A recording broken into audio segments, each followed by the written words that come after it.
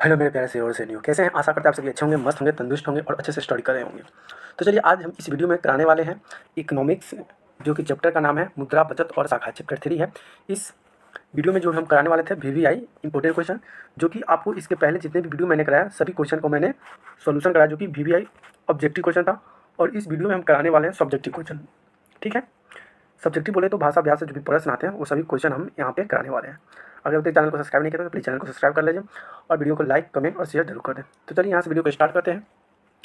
चलिए, तो ये आप देख रहे हैं चैप्टर 3 है, बचत और मुद्रा, बचत और साख। ठीक है, ये चैप्टर 3 है, क्लास 10th का है। और यहाँ से ऑब्जेक्टिव क्वेश्चन मैंने ऑलरेडी करा चुका हूँ। तो चलिए यहाँ से कुछ भरने वाले क्वेश्चन है, यहाँ से इसको देख लेते हैं। पहले क्वेश्चन है कि आधुनिक युग में प्राकृतिक श्रेय डैश को है, तो ये है मुद्रा। मुद्रा हमारी व्यवस्था की डैश है, तो जीवन शैली है।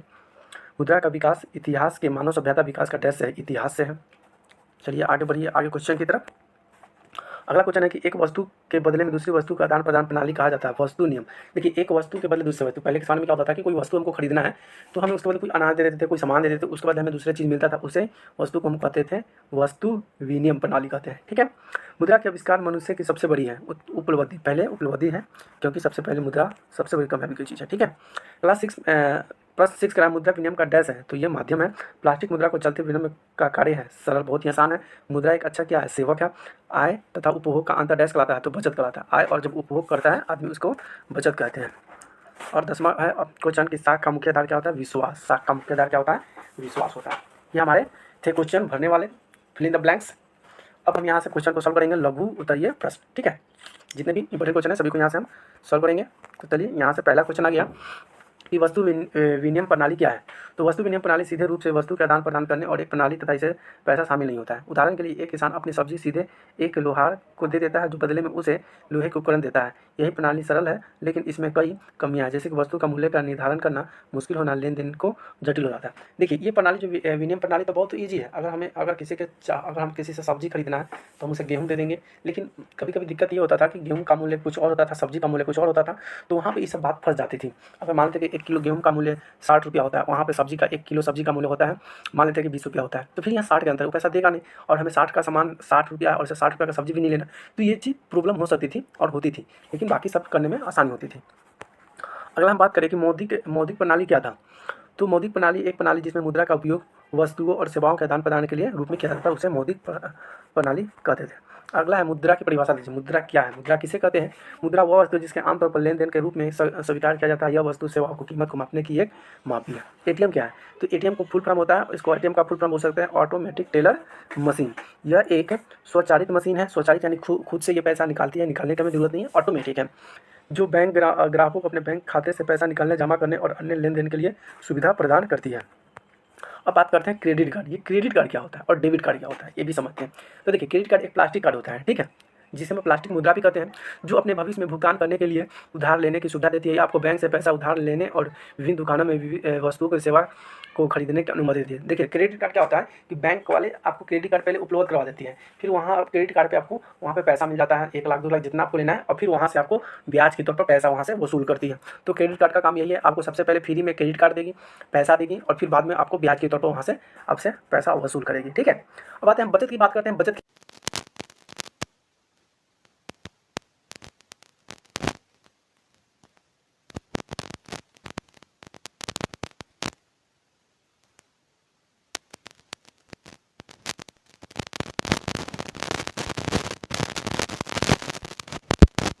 शाखा क्या है? तो शाखा क्या है? शाखा किसी भी व्यक्ति, स्थान और लेन देन के चुकाने के लिए क्षमता है और व्यक्ति वित्तीय विश्वसनीय का एक माप है। तो शाखा का मतलब होता है ऋण। जैसे कोई आदमी किसी से कर्जा लेता है ना, उसी को शाखा कहते हैं। कोई किसी से कर्जा ले लेता है और बोल देता है कि आप हमको इतना दिन में लौटा दीजिएगा, उसके बदले इतना पैसा आपको लगेगा, 5 रुपये सूद, जो भी सूद ब्याज पर दिया जाता है ना, उसी को शाखा कहते हैं। ठीक है, तो ये 7 जितने भी क्वेश्चन थे, ये सभी क्वेश्चन अति लघु उत्तरीय थे। अब यहाँ से हम जो क्वेश्चन सॉल्व करेंगे, ये सभी क्वेश्चन दीर्घ उत्तरीय हैं, जो कि 5 नंबर के क्वेश्चन आते हैं, बहुत इंपॉर्टेंट होता है। और ये क्वेश्चन थोड़े से लंबे होते हैं, बड़े होते हैं, ठीक है, इसलिए इसके लिए 5 नंबर दिया जाता है। तो चलिए,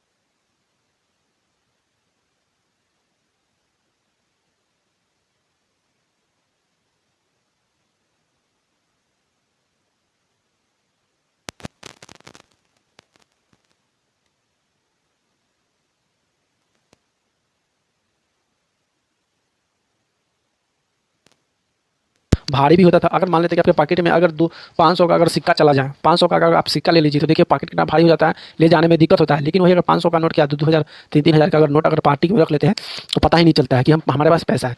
तो ये दिक्कत होती थी पत्र मुद्रा में। तो इसको क्या किया गया, सुधार किया गया और सही कर और कागज़ की नोट निकाला गया। इस मुद्रा इसे पत्र मुद्रा कहते हैं। आपको समझ आया ना पत्र मुद्रा क्या होता है? जो कागज़ का बना नोट होता है उसे क्या कहते हैं, पत्र मुद्रा कहते हैं। तो इसे कागजी मुद्रा भी कहते हैं। ये भारत का 1 रुपया के कागजी नोट अथवा सभी सिक्के केंद्र सरकार के वित्त विभाग के द्वारा चलाए जाते हैं। और जितने भी पैसा जो छपाता है ना, ये केंद्र सरकार, ये राज्य सरकार नहीं, केंद्र सरकार के वित्तीय विभाग जो आरबीआई होता है वहाँ से पैसा छपाता है और वहीं से पैसे की नोट जो होती है हेर बदल चेंज होती रहती है। 2 रुपये से अधिक के सभी कागजी के नोट देश के विभिन्न केंद्रीय बैंक यानी कि रिजर्व बैंक के आरबीआई ऑफ इंडिया द्वारा चलाए जाते हैं। इस तरह से अपने देश में केंद्रीय सरकार 1 रुपये के जारी करती है तथा रिजर्व बैंक ऑफ इंडिया 2, 5, 10, 20, 50, 100, 500 तथा 1000 रुपये का नोट जारी करते हैं। तो देखिए ये सब पहले की बात थी। और अभी अभी फिलहाल में आपको 10 रुपया, 20 रुपया और 50, 100 और 500 के नोट तो मिलेंगे। 2 और 5 रुपया का नोट ये बंद हो गई। 2 और 5 रुपया का नोट अब नहीं छपाती है।